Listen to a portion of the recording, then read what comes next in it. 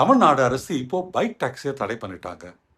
காரணம், தமிழக அரசு கிட்ட எந்த விதமான ஒரு கொள்கை முடிவுமே பைக் டாக்ஸி பத்தி இல்லாததாங்க. 1988ல கோவால தாங்க முதல் பைக் டாக்ஸி வந்தது. அங்க பார்த்தீங்கன்னா, நெறைய சந்து பொந்துல போறதுக்கு கார்லாம் சரிப்படாதுன்ட்டு, கோவா அரசு டூரிஸ்ட்டுக்கெல்லாம் போறதுக்காக பைக் டாக்ஸி அலோவ் பண்ணாங்க. கவர்ன்மெண்ட் ஆஃப் இந்தியாவும் அதுக்கு பர்மிட் பண்ணாங்க. ஆனா, பைக் டாக்ஸி நம்ம தமிழ்நாட்டுக்கு வந்தது பார்த்தீங்கன்னா, 2019ல தாங்க. கடந்த 7 வருஷமா பைக் டாக்ஸி பல நகரங்கள்ல தமிழ்நாட்டுல முக்குக்கு முக்கு போயிட்டு இருந்தது. ஆட்டோல ரூ. 100 கேட்கிற இடத்துல பைக் டாக்ஸில வெறும் ரூ. 30 போற மாரி தான் பைக் டாக்ஸி ரொம்ப எக்கனாமிக்கலா இருந்தது. தனியா டிராவல் பண்றோம்னு நினைக்கிறவங்க, ஆணோ, பெண்ணோ பல பேர் பார்த்தீங்கன்னா, பைக் டாக்ஸில போறத பார்க்கலாம். ஒரு அர்ஜென்ட்டா ஒரு இடத்துக்கு போணும், ஒரு டாக்டர பார்க்கணும், ட்ரெயின பிடிக்கணும், பஸ்ஸ பிடிக்கணுன்றதுக்கெல்லாம் பைக் டாக்ஸி ரொம்பவே யூஸ்ஃபுல்லா இருந்ததுங்க.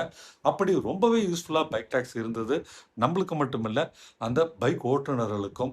பார்த்தீங்கன்னா, ஒரு ஆஃபீஸ்ல வேலை செஞ்சுக்கிட்டே சைடு ஹஸ்ஸலா அவங்க பைக் டாக்ஸி ஓட்டிட்டு இருந்தாங்க.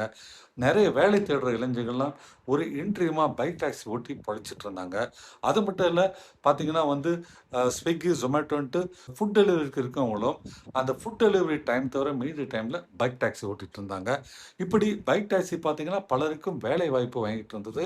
அதே சமயத்தில பொதுமக்களுக்கும் ரொம்பவே பயன்பாடா இருந்ததுங்க. ஆனா போலீஸால அப்பப்போ பிரச்சனை ஏற்பட்டது. ஏன்னா பைக் டாக்ஸி ஒரு ப்ராப்பரா ரெகுலேட் பண்ணாத ஒரு இண்டஸ்ட்ரியா இருக்குது.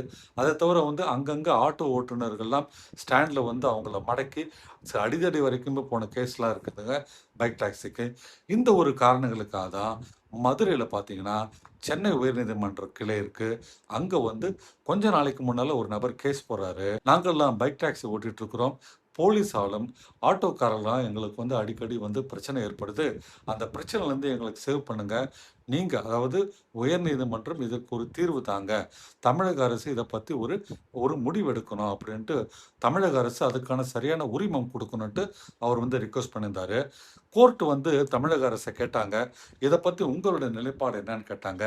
தமிழக அரசு, எங்ககிட்ட அத பத்தி எந்த ஒரு கொள்கை முடிவுமே இல்ல. அதனால நாங்க இப்போதைக்கு பைக் டாக்ஸ தடை விதிக்கிறோம். ஏன்னா, ஒரு முறைப்படுத்தாத, ஒழுங்கற்ற ஒரு சர்வீஸ் அந்த பைக்ல போறவங்களுக்கும் ஆபத்து, பைக்க ஓட்டுறவங்களுக்கும் ஆபத்து. இப்போதைக்கு தடை விதிக்கிறோம். ஒரு கொள்கை முடிவு எடுத்த பிறகு பைக் டாக்ஸி அலோவ் பண்றதா இல்லையா அப்படின்ட்டு தமிழக அரசு சொல்லியிருக்கிறாங்க. தமிழ்நாடு அரசு இப்போ தமிழ்நாடு முழுக்க பைக் டாக்ஸிய பேன் பண்ணிட்டாங்க. நண்பர்களே, உங்கள்ல யாராவது ஒரு அவசரத்துக்கு பைக் டாக்ஸில போகணும்னு நினைச்சீங்கன்னா, உங்களுக்கு பைக் டாக்ஸி வராது.